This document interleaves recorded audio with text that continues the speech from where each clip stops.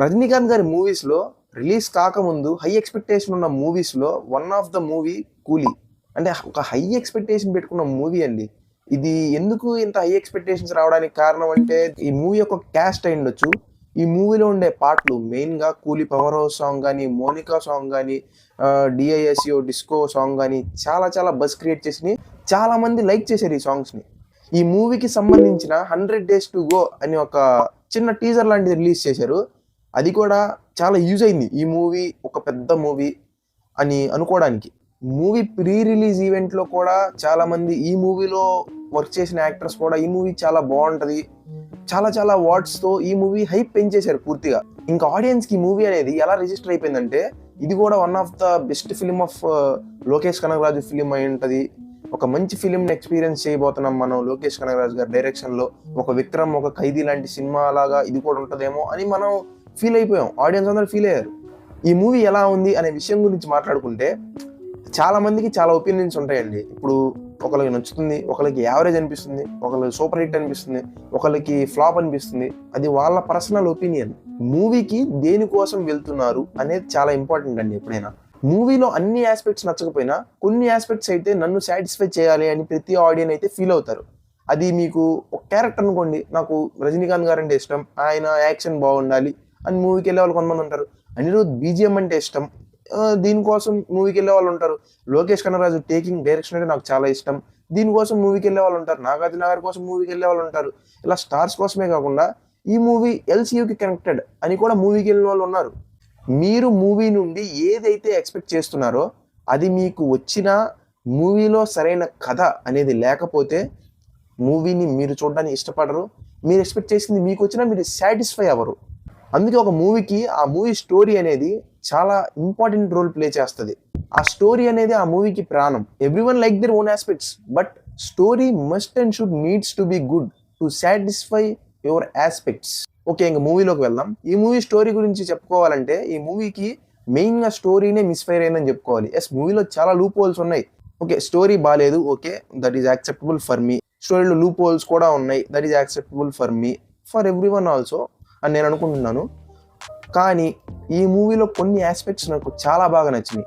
Number 1, డీఏజింగ్ looks అండి. Flash back looks ఏవైతే ఉన్నాయో అవి టాప్ నాచ్ అండి. ఈ ఫ్లాష్ బ్యాక్ విజువల్స్ పైన నిజంగా లోకేష్ కనగరాజు గారు చాలా కేర్ తీసుకొని వర్క్ చేశారనిపించింది నాకు. చాలా చాలా బాగున్నాయి. ఎందుకంటే ఇప్పుడు మీకు ఎగ్జాంపుల్ చూపించాలంటే మీకు ఇప్పుడు రీల్స్లో కూడా ట్రెండ్ అవుతుంది. మీరు చూసుంటారు, నాగార్జున గారి డైలాగ్ తర్వాత రజనీకాంత్ గారి ఫ్లాష్ బ్యాక్ రావడం కానీ, రజనీకాంత్ గారు ఉపేంద్ర గారి క్లైమాక్స్ లో ఉండే ఫ్లాష్ బ్యాక్ విజువల్స్ కానీ కొన్ని మన రీల్స్ లో కూడా వస్తున్నాయి. మీరు సినిమా చూస్తుంటే మీకు అర్థమవుతుంది. ఇవి చాలా బాగున్నాయి. మనం లోకేష్ కనగరాజు గారి మూవీస్ లో కొన్ని ఐకానిక్ సీన్స్ వస్తాం. 'ఖైదీ' మూవీలో బిర్యానీ తింటాం ఆ బకెట్ తీసుకొని ఢిల్లీ, అదొక మూమెంట్ కానీ, విక్రమ్ మూవీలో రోలెక్స్ ఎంట్రీ కానీ, లేకపోతే లియో మూవీలో సుబ్రహ్మణ్య ఎంట్రీ కానీ, నాకు ఇవన్నీ మూవీస్లో స్పెషల్ అనిపించాయి. అంటే ఆ మూవీస్లో లోకేష్ కనగరాజు గారి మూవీస్లో ఆ థింగ్స్ అనేవి స్పెషల్ అనిపించాయి. మరి ఈ 'కూలీలో స్పెషల్ మూమెంట్ ఏంటంటే, స్పెషల్ అనిపించిన విషయం ఏంటంటే డీఏజింగ్ లుక్సే. నాకైతే అవే స్పెషల్ అనిపించినాయి. Deaging plus Anirudh music, wonderful music. And మనం ఎప్పుడైతే ఈ డీఏజింగ్ లుక్స్ అయితే వస్తాయో ఆ ఫ్లాష్ బ్యాక్ అలా స్టిల్ అయినప్పుడు ఆ బీజిఎం ఇంక పవర్ హౌస్ ఎక్కడ వస్తుంది అనుకున్నా, కానీ క్లైమాక్స్లో ఇచ్చి పడేశాడు. ఇది కొంచెం స్పాయిలరే, మూవీ చూడని వాళ్ళైతే స్కిప్ చేయండి. సెకండ్ హాఫ్ లో మన దయాల్ గారు ప్రీతి అమ్మట పడుతూనే ఉంటారు. అదే అపరిచితుల్లో సదా గారు అమ్మట విక్రమ్ గారు పడ్డట్టు. నాకు అర్థం కాదు ఎందుకు అంత చేసి, నాకు అర్థం కాదు. అలా వెళ్తూనే ఉంటారు, కార్లు మారుతారు, ట్రైన్లు మారుతారు, నాకు అర్థం కాదు. రజనీకాంత్ గారు నాగార్జున గారికి సెకండ్ హాఫ్ ప్రీ క్లైమాక్స్ లో ఒక 3 to 5 minutes స్టోరీ చెప్తారు. అంటే వాళ్ళ కూలీస్కి ఏం జరిగింది, ఆయన ఎందుకు 30 years ఆఫ్లైన్లోకి వెళ్ళిపోయారు, ఇలాంటి విషయాల గురించి ఒక స్టోరీ చెప్తారు 3 to 5 minutes. నిజంగా ఆ స్టోరీ నాకు చాలా బాగా నచ్చింది. ఆ స్టోరీ చెప్పేటప్పుడు ఏముండదు, 3 minutes అలా చెప్తూనే ఉంటారు, బ్యాక్గ్రౌండ్ మ్యూజిక్ కూడా ఏముండదు. రజనీకాంత్ గారి మూవీస్లో ఫ్లాష్ బ్యాక్ స్టోరీ చూడడం మనకు కొత్త ఏం కాదు. మనం భాషలో చూసాం, ఇంకా పేటాలో చూసాం, జైలర్లో కూడా కాసేపు చూసాం. మనం అలా రజనీకాంత్ గారి ఫిలిమ్స్కి అలవాటు పడిపోయి ఉన్నాం. పైగా ఈ ఫ్లాష్ బ్యాక్ విజువల్స్ కూడా చాలా బాగున్నాయి.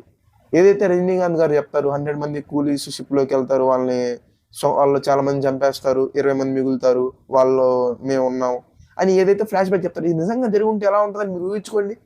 ఆ ప్లేస్లో ఆ డీఏజింగ్ లుక్స్తో ఇది చూపించుంటే ఎంత బాగుండేది అని నాకు అనిపించింది. ఈ సెకండ్ హాఫ్ చేజింగ్ పోర్షన్లో ఆ ఫ్లాష్ బ్యాక్ స్టోరీని పెట్టుంటే ఎలా ఉండదు అంటారు. మీరు అనొచ్చు, ఇది పెట్టేస్తే మూవీ పెద్ద హిట్ అయిపోయిద్దా అని మీరు అడిగితే నేనైతే ఒకటే చెప్తానండి, మూవీ అయితే కొంచెం బెటర్ అయ్యేదనేది నా ఫీలింగ్, కాబట్టి నేను చెప్పాను మీకు అది. ఇది ఇవాళ మన వీడియో. మళ్ళీ మనం నెక్స్ట్ వీడియోస్లో కలుద్దాం. Until then keep smiling.